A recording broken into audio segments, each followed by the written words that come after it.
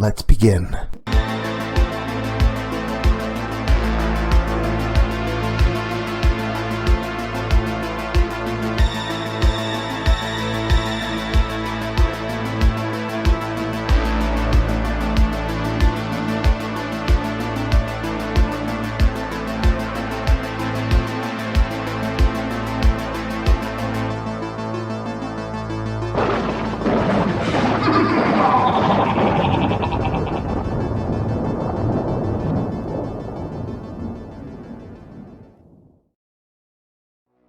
Hey there, scary story fanatics. Welcome back to Cleaving Thought from Bone with your host, Sociopathic. Ready to take a trip into the unknown? Well, not everyone gets a choice. So settle in by your monitor screens to find out why with a little story that I like to call The Boatman's Tale.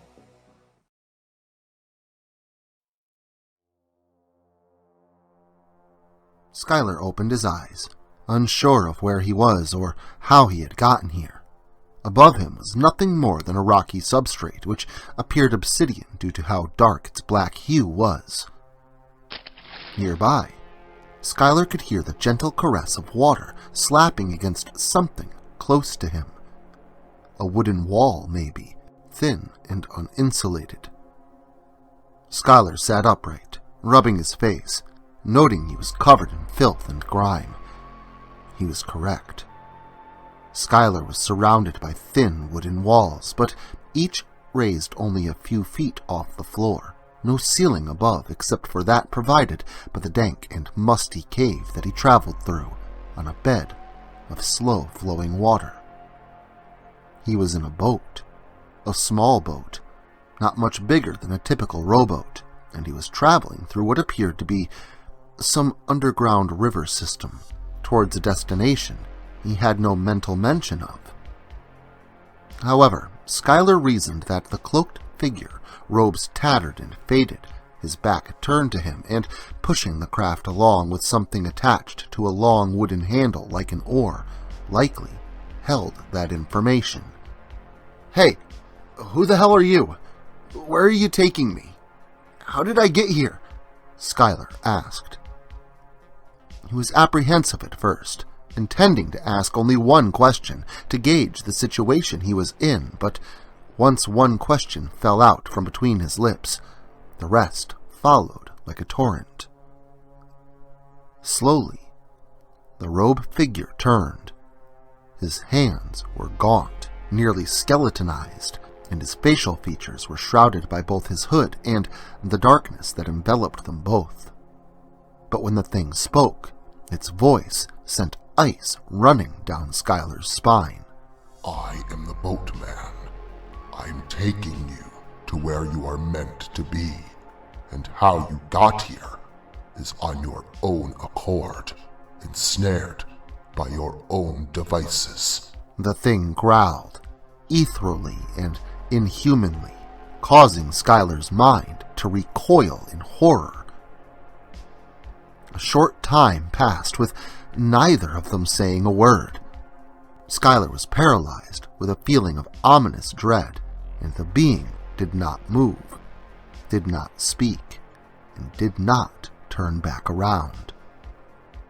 Its enshadowed face simply stared back at Skylar as if awaiting more questions to answer. And finally, Skylar spoke up again, if for nothing else than to break the silence. Are you going to kill me?" he asked, nervously. The thing laughed heartily, as if it had not heard a joke in an age. "Everyone always says that. Sorry, but no, you, Skylar Thatchery, are already dead." Skylar thought back, terrified by the man's words. The last thing he remembered, he had just broken into someone's house for something important, but before he could reach whatever his goal was, he had heard a sudden noise that stopped him short in his tracks.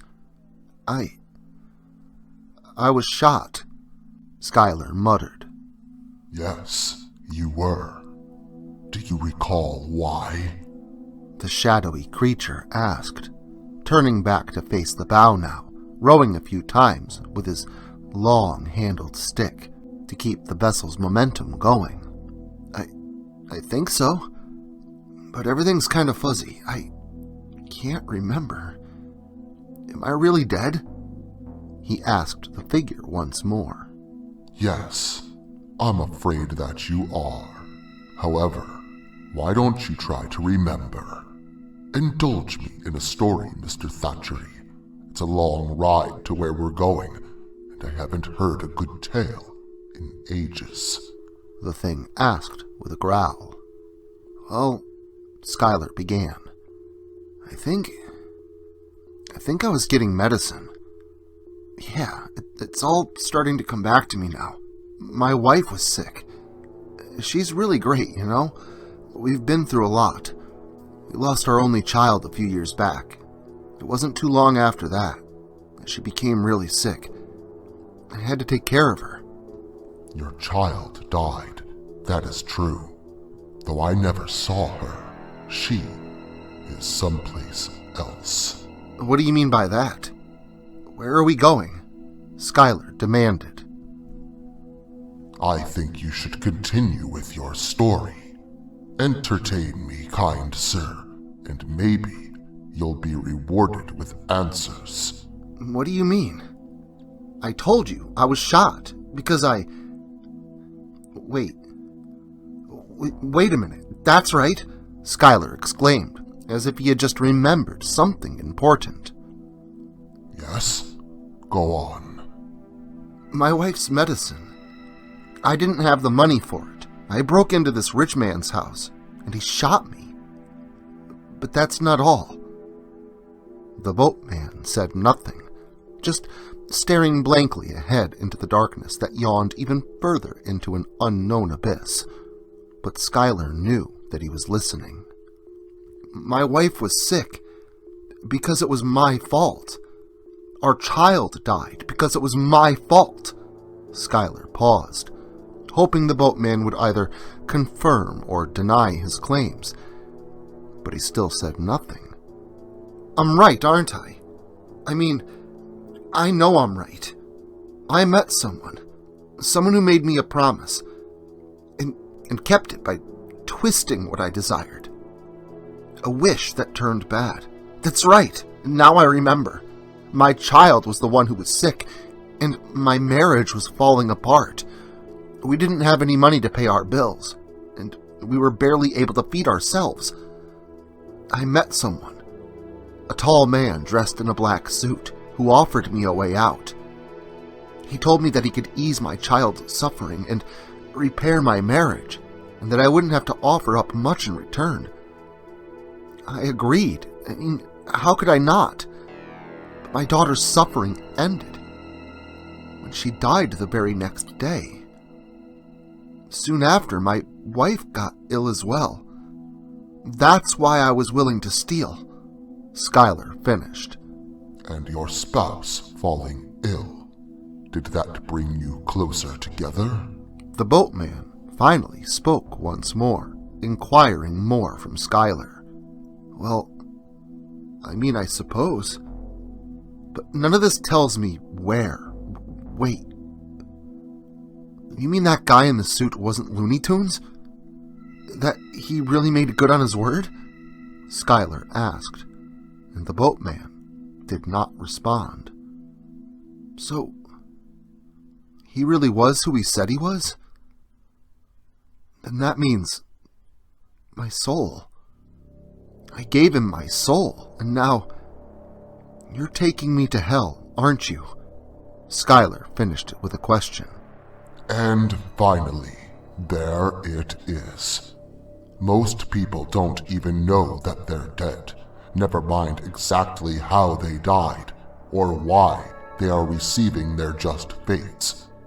Now, Mr. Thackeray, allow me to tell you a story, not all that dissimilar from yours. You see, I too once had a wife whom I loved very much, though that was so long ago, I can't even remember her name, just the feeling. I too bargained with the devil in a bid to save her life, to spare myself an existence without her. I too ended up here, and just like you, I too remembered why. The boatman paused. Ah, we've finally arrived.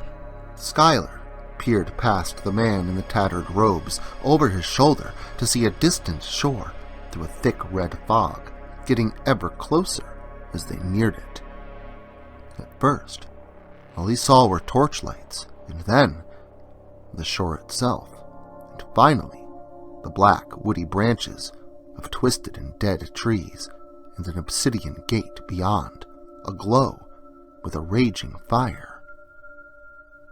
In a mere moment, the boat slid to shore, allowing either of the two to step off the small vessel and onto the shores of hell itself.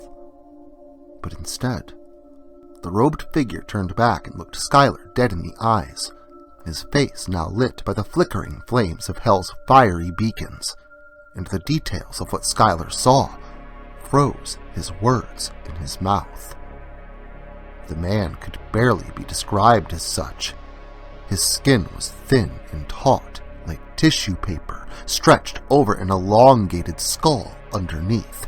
His jaw hung slack and disjointed, and his deep-set eyes burned a blazing yellow. The thing flapped its black tongue from within its mouth, and began to speak. See, the gates of hell are open. There are no guards or divine sentries. People here are trapped by their inability to remember. Ah, but not you or me. The few, the very few who can remember and thereby absolve themselves from the depths, serve here, to be forever doomed to ferry the dead until either time itself ends or until another takes your place. The thing proclaimed, and in an instant vanished into nothingness right before Schuyler. He couldn't tell for sure, but the figure almost seemed to smile a sinister grin just as he did. But wait, I don't understand, Schuyler called out into the darkness, trying to step from the small boat and find a way out of this place. But it was like something unseen, like an invisible lanyard, held him in place. Schuyler looked down at his hands, dirty and filthy, but he was covered in something else now, something far more tattered and faded, something old, and his tattered flowing garment told him all that he needed to know. Sometimes you should just leave well enough alone, even when it comes to yourself. Or sometimes you can be damned by your own devices. But don't take my word for it. Come back again next weekend and indulge yourselves while you still can. And until then, make sure to like, share, subscribe, and turn on notifications so I can catch you all again next Saturday.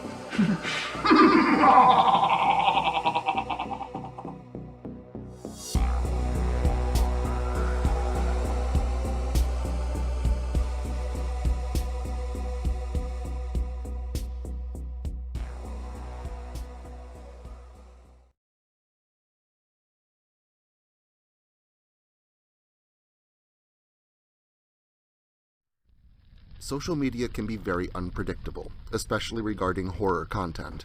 If this content gets removed, all new content will be simultaneously presented on various websites provided in the description to this video. Make sure to follow me in other digital spaces so that you never miss out on the terror. Also, if you like this video, make sure to leave a comment and hit the like button. It helps the channel a lot. If you're new to the channel and you enjoy what's here, consider hitting that subscribe button and the notification bell so that you never miss an upload. Writing is a dream of mine, and it's all of you that make that dream come true.